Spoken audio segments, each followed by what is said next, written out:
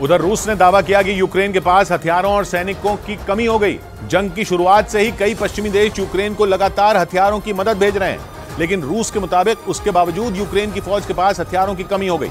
हालांकि रूस ने यह माना कि यूक्रेन के सैनिकों ने उसके कब्जे वाले इलाकों को छुड़ाने के लिए पूरी ताकत झोंक दी। बताया गया कि यूक्रेन सैनिकों और मिसाइलों की कमी से परेशान हो गया। रूस और यूक्रेन की फौज करीब 1.5 साल से एक दूसरे पर भीषण हमले कर रही है, लेकिन अभी तक जंग किसी नतीजे पर नहीं पहुंच सकी। यूक्रेन पश्चिमी देशों के हथियारों से रूसी सेना से मुकाबला कर रहा है, लेकिन अगर रूस के दावे में सच्चाई है तो आने वाले दिनों में यूक्रेन को भारी नुकसान उठाना पड़ सकता है।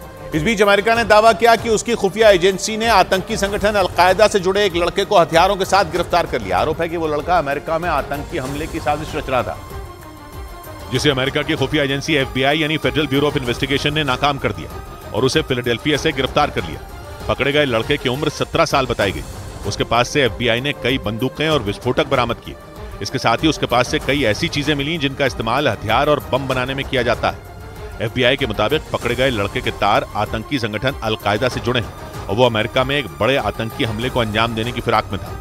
उधर पश्चिमी मीडिया ने दावा किया कि चीन से बढ़ते खतरे से निपटने के लिए ताइवान फाइटर जेट से दागी जाने वाली नई मिसाइल बनाने में जुट गया, क्योंकि ताइवान चीन पर लड़ाकू विमानों के साथ ही युद्धपोतों के जरिए भी अपने इलाकों में घुसपैठ करने के आरोप लगाता है। इसीलिए ताइवान अपनी सेना को मजबूत करने में जुट गया, क्योंकि चीन और ताइवान के बीच तनाव लगातार बढ़ता ही जा रहा है। चीन ताइवान को हड़पने के लिए आए दिन उसकी एयर स्पेस में घुसपैठ करता रहता है। ऐसे में चीन को जवाब देने के लिए ताइवान फाइटर जेट से दागी जाने वाली नई मिसाइल बनाने की तैयारी में जुट गया। पश्चिमी मीडिया के मुताबिक ताइवान की ये नई मिसाइल 120 किलोमीटर दूर तक हमला करने में सक्षम होगी और इस मिसाइल को बनाने में अमेरिका भी ताइवान की मदद करेगा, जिसके बाद से चीन की टेंशन बढ़ गई और उसे डर सताने लगा कि अगर ताइवान पर उसने हमला किया तो उस पर मिसाइलों की बारिश हो सकती है।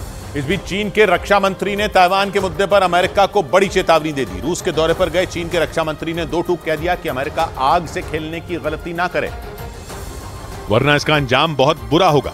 चीन की तरफ से ताइवान के मुद्दे पर अमेरिका को यह चेतावनी उस वक्त दी गई जब दोनों देशों के बीच तनाव चरम पर है। चीन ताइवान को अपना हिस्सा बताता है और हर वक्त उस पर कब्जे की फिराक में रहता है, लेकिन चीन की दादागिरी पर नकेल कसने के लिए अमेरिका ने अपने युद्धपोत ताइवान की सीमा के पास तैनात कर दिए। इसके साथ ही अमेरिका ने कई तरह के सैन्य समझौते भी ताइवान की सरकार के साथ किए। इसी वजह से चीन उस पर भड़क गया। चीन के रक्षा मंत्री ने दावा किया कि दक्षिण चीन सागर और हिंद प्रशांत महासागर क्षेत्र में अमेरिका के बढ़ते दखल से यहां की शांति भंग हो सकती है। इधर शराबबंदी वाले राज्य बिहार में लाखों रुपए की अवैध शराब मिलने से हड़कंप मच गया। मुजफ्फरपुर में पुलिस ने एक ट्रक से अंग्रेजी शराब की बड़ी खेप बरामद की, जिसकी कीमत करीब 40 लाख रुपए आंकी गई। ट्रक पर शराब के करीब 600 कार्टन लादे गए थे, जिन्हें बिना किसी डर के ले जाया जा रहा था। शराब की इतनी बड़ी खेप देखकर पुलिस वालों के भी होश उड़ गए। शुरुआती जांच के बाद पुलिस ने दावा किया कि ये शराब हरियाणा से लाई गई थी। हालांकि इसे कहां पहुंचाया जाने वाला था इसका पता नहीं चल सका। पुलिस ने ट्रक के ड्राइवर समेत 2 लोगों को गिरफ्तार कर मामले की जांच शुरू कर दी।